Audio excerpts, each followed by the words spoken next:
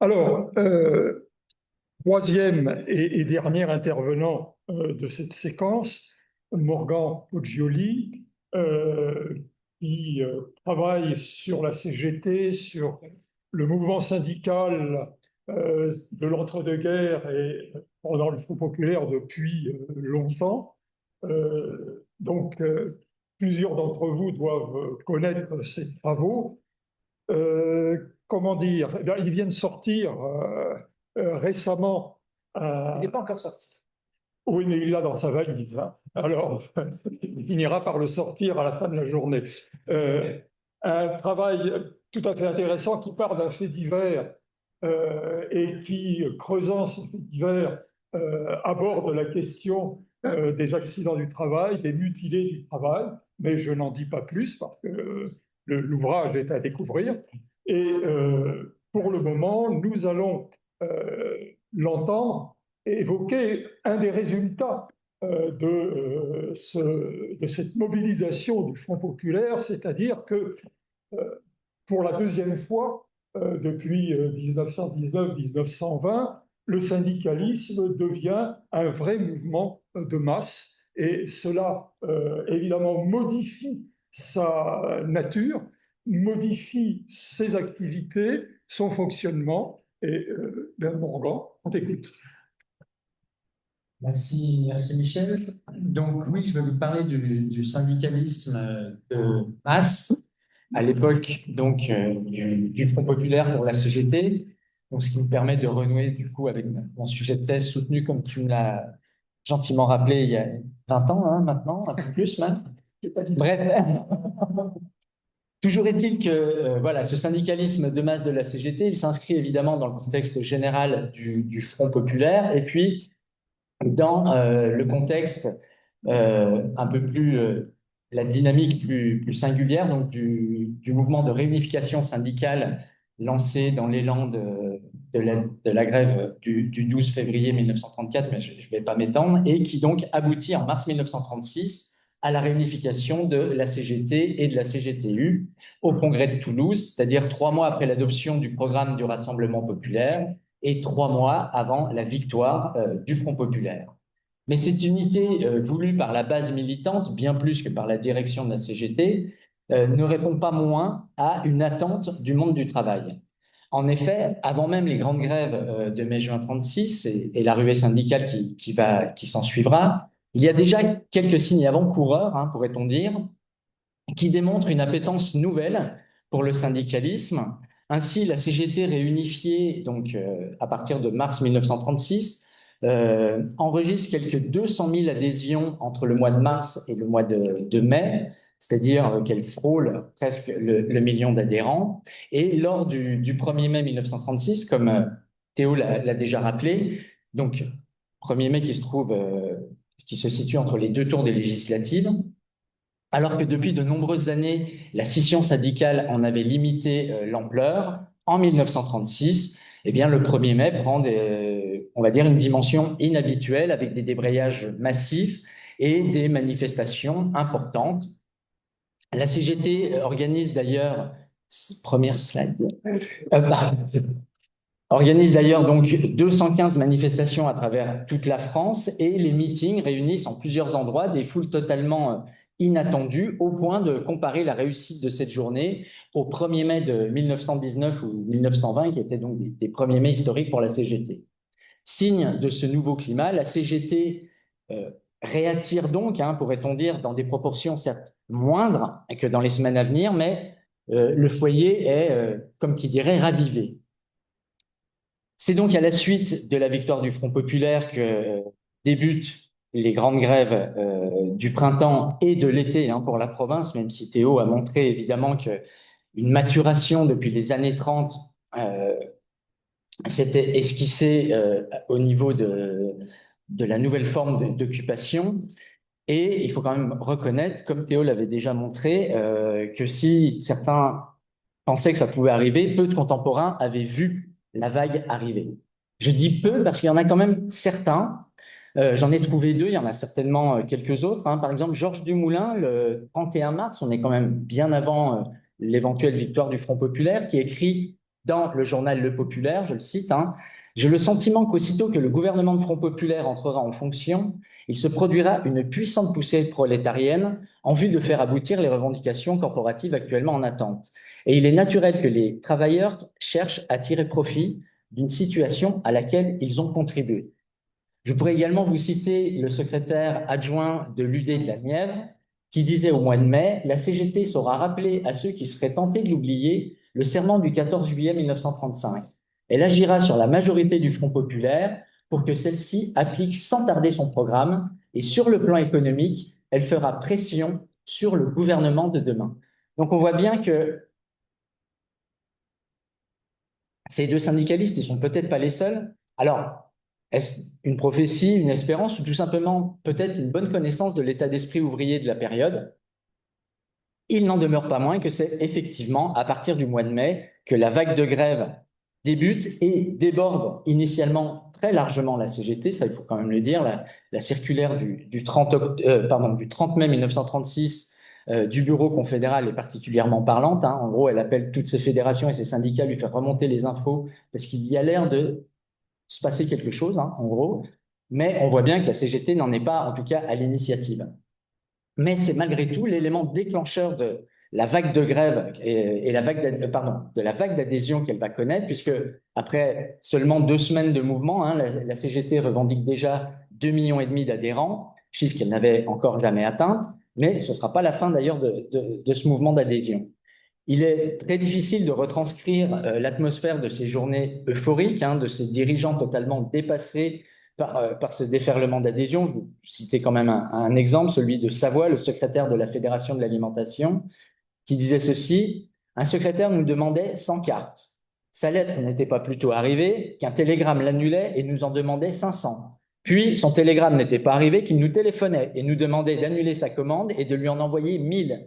On faisait la queue à la CGT pour venir chercher une carte. » Je pourrais aussi encore, et après je vous promets j'arrête avec la Nièvre, mais c'était pour faire plaisir à Jean, citer le secrétaire de l'UD de la Nièvre qui, le 13 juin, annonçait pour le syndicat de la métallurgie de Vozelle qu'il était passé en une semaine de 55 à 555 adhérents. Je le cite, hein, « Oui, 500 adhésions à la cadence de 80 par jour. » Mais cette fièvre cégétiste, éventuellement slide suivante, cette fièvre cégétiste ne va pas s'arrêter à l'été 1936, elle va se poursuivre comme Antoine Pro l'a démontré, hein, jusqu'en 1938, avec un pic au premier trimestre 1937 pour atteindre un peu plus de 4 millions d'adhérents.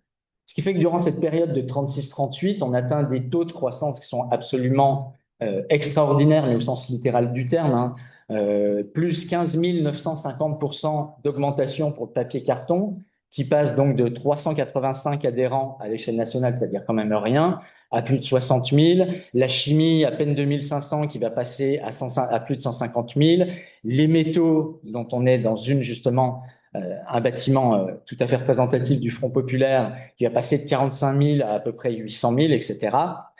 Donc des taux qui atteignent une progression absolument historique. Alors, quelles sont les conséquences, j'allais dire, concrètes sur l'organisation de ce passage d'un syndicalisme, alors soit d'avant-garde ou de secte, hein, chacun choisira le terme, à un syndicalisme de masse? Alors, les premières, j'allais dire, conséquences, elles se mesurent au niveau de la structure. Et je vais me limiter à la structure confédérale, hein. Je donnerai quelques exemples fédéraux, mais mon propos va surtout se concentrer sur la confédération. Alors que la CGT comptait 4000 syndicats au moment de sa réunification en mars 1936, plus de 10 000 syndicats vont être créés pendant le second semestre de l'année 1936. Et encore 2000 syndicats supplémentaires le seront jusqu'en 1938, portant à 16 000 le nombre des organisations adhérentes à la CGT pendant le Front populaire. L'explosion du nombre de ces syndicats et de ces syndiqués va avoir donc des répercussions directes sur la structure confédérale. Ainsi, si l'ensemble du territoire était doté d'unions départementales, en réalité, il y en avait certaines qui étaient encore des unions régionales ou interdépartementales, faute d'effectifs. Hein, la vérité, c'est qu'on groupait des départements parce qu'on n'avait pas suffisamment d'effectifs. Avec la ruée syndicale à partir de 1936, Vont donc être actées la séparation de certains départements. Ainsi, l'union régionale 1 Jura se voit divisée en 2 unions départementales, celle de l'Ain et du Jura. Les Vosges sont détachés de la Meurthe-et-Moselle, les Landes sont détachées de l'Adour, et seule la Drôme-Ardèche, l'union régionale parisienne et l'union départementale du Puy-de-Dôme Haute-Loire vont être maintenues, mais cette fois-ci non plus pour des questions d'effectifs, mais pour des questions d'organisation et des raisons géographiques. Au total, slide suivante, ce sont désormais 92 unions départementales, bientôt elles-mêmes regroupées à partir de 1937 en 20 unions régionales de liaison interdépartementale, qui vont fonctionner pendant ce Front populaire. De plus, avant 1936, la très grande majorité de ces unions départementales, si elles bénéficiaient de secrétaires, ne bénéficiaient pas de secrétaires permanents.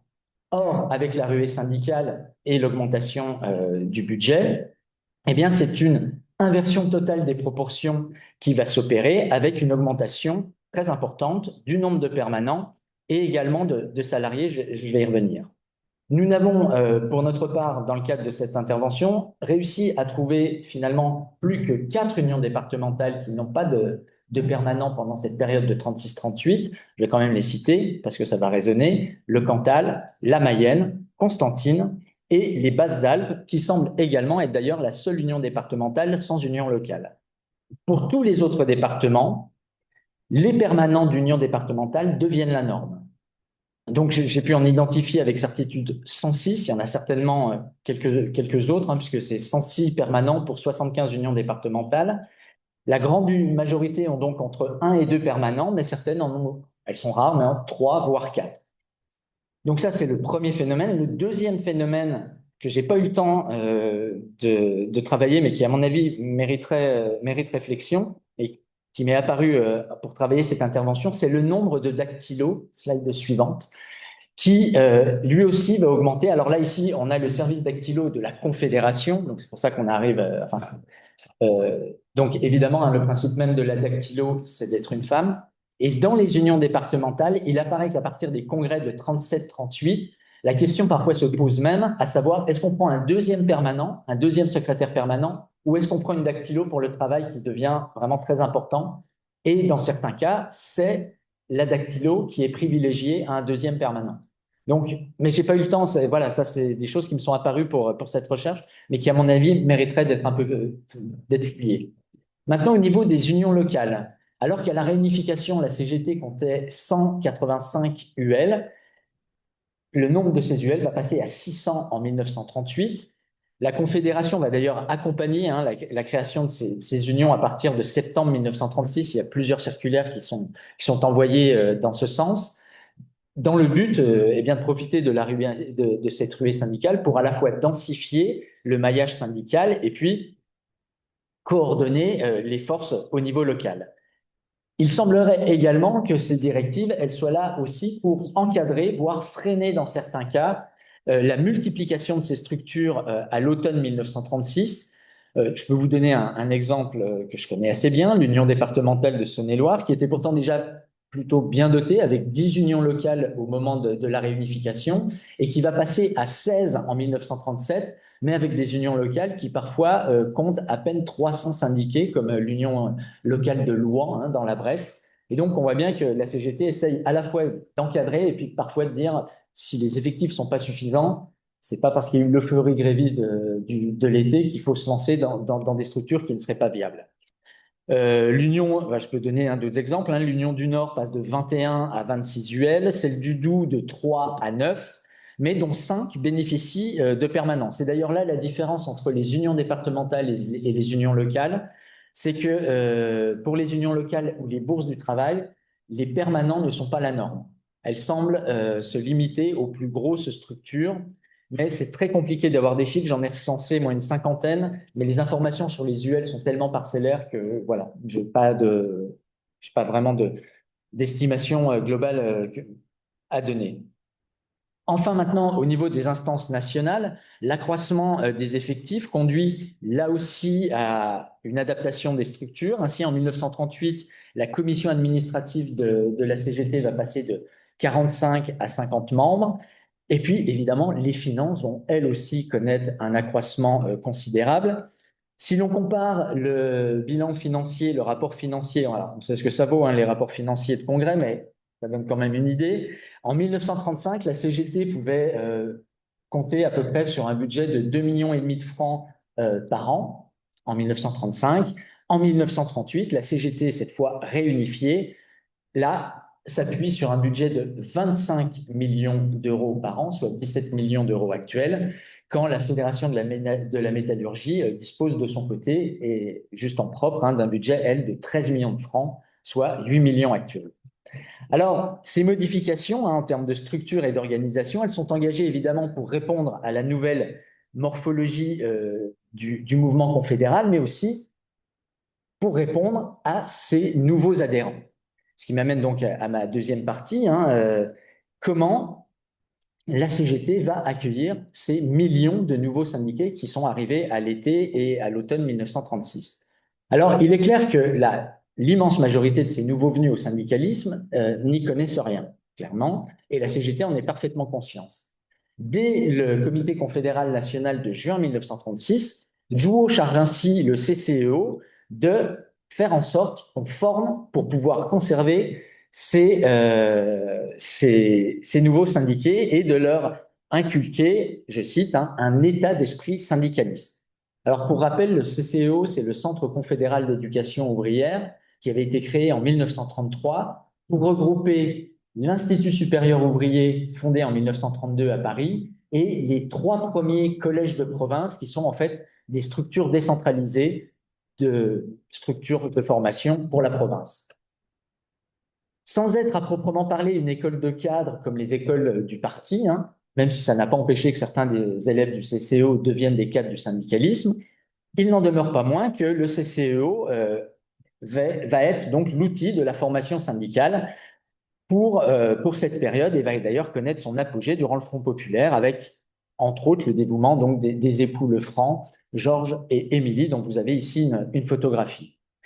Et pour toucher 4 millions d'adhérents, c'est la brochure, hein, qui va être perçue comme le meilleur moyen de toucher cette génération Bloom, hein, comme on l'a surnommée. Donc, une première brochure va être éditée, slide suivante, à l'automne 1936, intitulée Syndiqué, soit un syndicaliste, véritable best-seller, hein, selon les propres termes de Georges Lefranc, puisque cette brochure, donc c'est la plus à droite pour vous, va être éditée à plus d'1 million d'exemplaires et va donc inaugurer la première collection du CCEO intitulée donc La petite bibliothèque du militant syndicaliste. Et plusieurs brochures vont suivre avant la fin de l'année 1936, avec entre autres une brochure sur les conventions collectives, un guide d'atelier, un guide du délégué d'atelier, pardon, un guide de l'administrateur du syndicat, etc., qui vont connaître de grands succès, mais sans évidemment égaler le record de la première brochure. Ces débuts encourageants, slide suivante. Ah non, pardon, vous m'aviez devancé. Donc, je suis perdu dans mes notes. Oui, ces débuts encourageants vont inciter le CCEO alors à élargir son offre et à lancer en 1937 2 nouvelles séries, Éducation syndicale et Culture générale, pardon, puis une 4e en 1938, Histoire syndicale, dont vous avez justement des exemplaires projetés. Au total, pendant le Front populaire, ce sont plus de 70 brochures qui seront ainsi éditées par le CCEO en vue de former ces nouveaux adhérents. Au-delà de ces brochures, le CCEO va également voir augmenter le nombre de ses élèves, entre guillemets. On voit déjà une première augmentation entre 1935 et 1936, hein, puisqu'on va passer de 3600 élèves à plus de 5150 en 1936. Les collèges du travail qui étaient, donc ils étaient une vingtaine en 1935, vont passer à 40, enfin 39 en 1936, puis à une centaine dans les années qui suivent.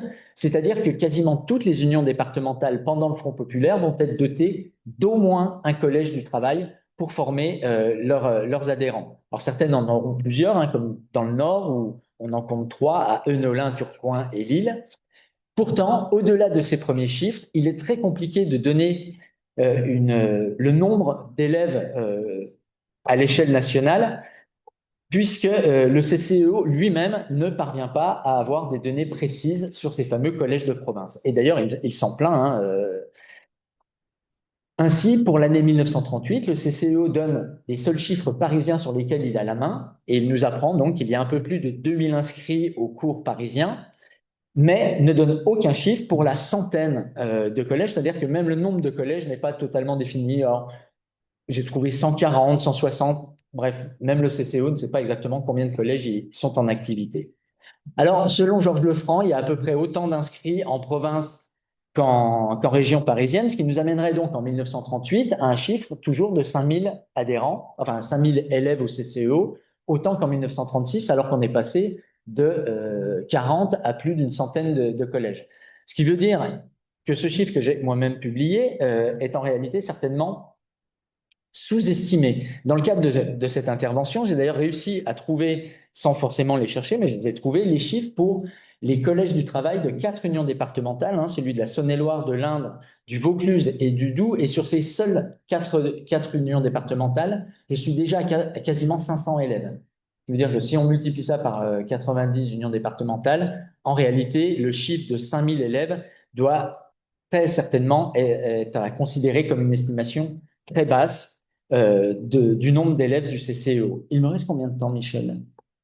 Dans 6 minutes. Eh bien, c'est parfait. Ça va me permettre d'aborder mon dernier point, qui est aussi vraiment concomitant de ce syndicalisme de masse, c'est le développement du volet juridique du syndicat. La signature des accords Matignon et les différentes dispositions qui vont suivre vont ouvrir évidemment un chantier considérable en termes de droit du travail et va nécessiter un investissement important des militants syndicaux désormais investis dans diverses procédures, hein, que ce soit les délégués ouvriers, ils sont plus de 20 000 en 1937 à être élus à la CGT, les conventions collectives, plus de 5 000 signées durant la période, les arbitrages, les conciliations. Seul syndicat jugé représentatif en 1936, la CGT va donc devenir l'intermédiaire, en tout cas le partenaire social, comme on l'appellerait aujourd'hui, privilégié à la fois des gouvernements, mais également du patronat, même si ce n'était pas forcément le partenaire qu'il aurait choisi lui-même. Et même si, à partir de 1937, la CFTC, puis les syndicats professionnels français parviendront à s'imposer dans certaines branches. Toujours est-il que le secteur juridique du syndicalisme va connaître un grand développement du fait de ce qu'on a appelé cette révolution par la loi. Le conseil juridique, slide suivant, ah ben j'avais loupé celle-là, ben encore celle d'après du coup. Le conseil juridique va devenir permanent à partir de la fin de l'année 1936. Il va tenir une veille juridique, rédiger des notes, des rapports et tenter de répondre aux différentes requêtes et sollicitations qui vont lui remonter, soit des syndicats, soit des fédérations. Mais il va être très rapidement débordé par les demandes et la CGT va donc appeler au développement de conseils juridiques au niveau des unions départementales pour avoir des relais, j'allais dire, directs. Slide suivante.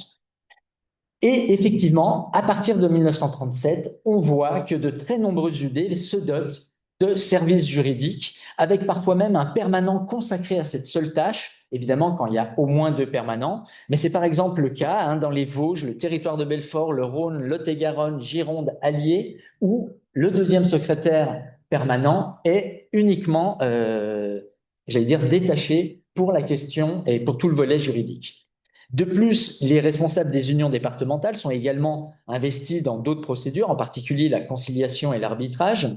Dumoulin, encore lui, secrétaire donc de l'Union du Nord, regrettait d'ailleurs que dans son département, les responsables de l'Union soient finalement accaparés quasiment à temps plein par ces procédures. Hein, je le cite. Déjà, nous étions engagés à fond dans l'accoutumance et les habitudes résultant de la loi sur la conciliation et l'arbitrage. En fait, nous n'étions plus que des arbitres. Dans le Nord, les militants de l'UD passaient le plus clair de leur temps à suivre les arbitrages. Mais au niveau national, c'est la même dynamique, hein, puisque les dirigeants fédéraux sont impliqués dans les travaux des différentes commissions d'arbitrage. Ainsi, slide suivante, la liste des arbitres confédéraux, enfin, parmi la liste des arbitres confédéraux, on retrouve Laurent Neumeyer de la Fédération des fonctionnaires, Tournade, Perrault des PTT, Mera, Zoretti, Delma de l'enseignement, Sémar, Jariguion pour les cheminots, Milan de la Chapellerie ou encore Michaud pour les services publics.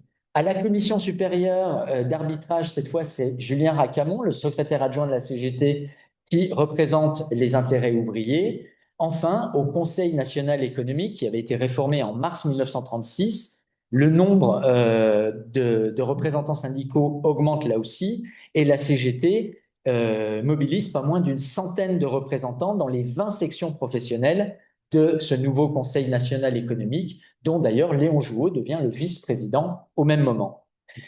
C'est-à-dire que finalement, c'est l'ensemble c'est l'intégralité de la hiérarchie syndicale qui est mobilisée par toutes ces nouvelles instances et nouvelles procédures et qui explique et qui justifie, j'allais presque même dire, l'attention portée justement à la question de la formation syndicale et à la question du développement des conseils juridiques.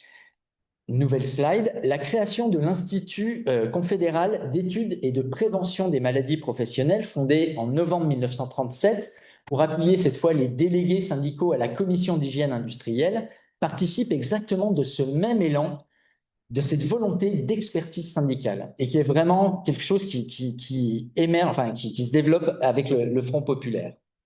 J'aurais voulu d'ailleurs développer un petit peu plus cet aspect sur l'émergence d'une expertise syndicale et de son articulation justement avec la négociation sociale, mais le temps, ouais, on arrive à la fin. Et puis puisqu'il faut quand même aussi en 2026 savoir terminer une intervention, je m'arrêterai là, d'autant que la prochaine table ronde sera justement axée sur la mise en place de ces nouvelles relations sociales. Je vous remercie.